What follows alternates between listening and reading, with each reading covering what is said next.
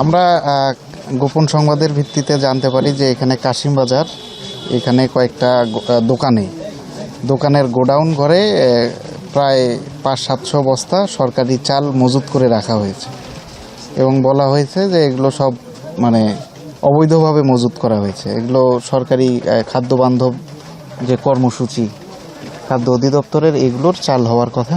তো তারপর আমরা সাংবাদিক সহ জনগণ সহ এখানে আসি, এসে এই দোকান খুলে দেখতে পারি এইরকম আনুমানিক অনেক হতে পারে 700-800 বস্তার মতো চাল, এখনও গুনতে পারিনি। তো এরকম চাল এগুলো আছে। তো যখন আমরা দোকান খুললাম তখন দোকানের গোডাউনের মালিক সে পালায় যায়, সে কোনো সদুত্তর দিতে পারেনি। আমরা এগুলো নিয়ে তদন্ত করতেছি, জানার চেষ্টা করতেছি এগুলো কি।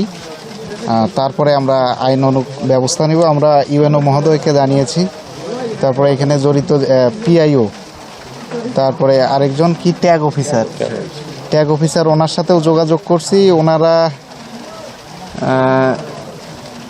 আসবেন হয়তো। এখানে ভিজিএফও চলমান আছে, খাদ্য বান্ধবের চালও চলমান। তো এখন আমরা জানি না আসলে এটা কোন চাল, কোনটার অংশ, কিন্তু একজন মানে এগুলো তো পাবলিককে দিয়ে দেয়া হয়েছে। তো এইভাবে তো এত বস্তা এক দোকানে থাকার কথা না।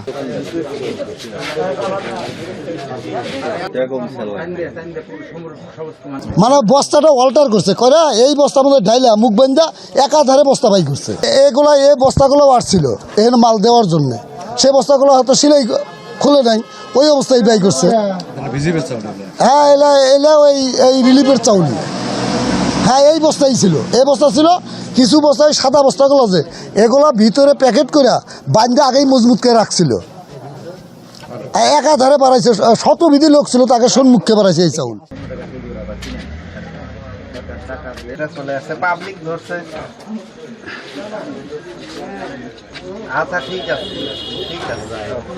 অনেক ব্যাপারই আছে, এগুলা মাল সবগুলো ভিজিএফের পরিষদের চাউল। এগুলো ওইখান থেকে বস্তা আকারে বের হয়ে আসছে।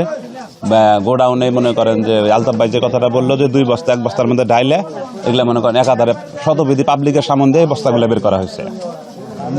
এগুলার মূল হোতা চেয়ারম্যান এবং রাজ্জাক মেম্বার, 2 নম্বর ওয়ার্ডের রাজ্জাক মেম্বার। ট্যাগ অফিসার দেখছে যার মাল বাড়াইতে, সে কোনো ভূমিকাই তো পালন করে নাই। এটা সরকারি চাউল ওরকম তো আমরা তো ভিতরে ঢুকে হিসাব করি নাই, এমনি দেখতেছি আর কি। এক স্যার হিসাব দিল 700-800 বস্তা নাকি হবে, ওটুকুই আমরা জানি।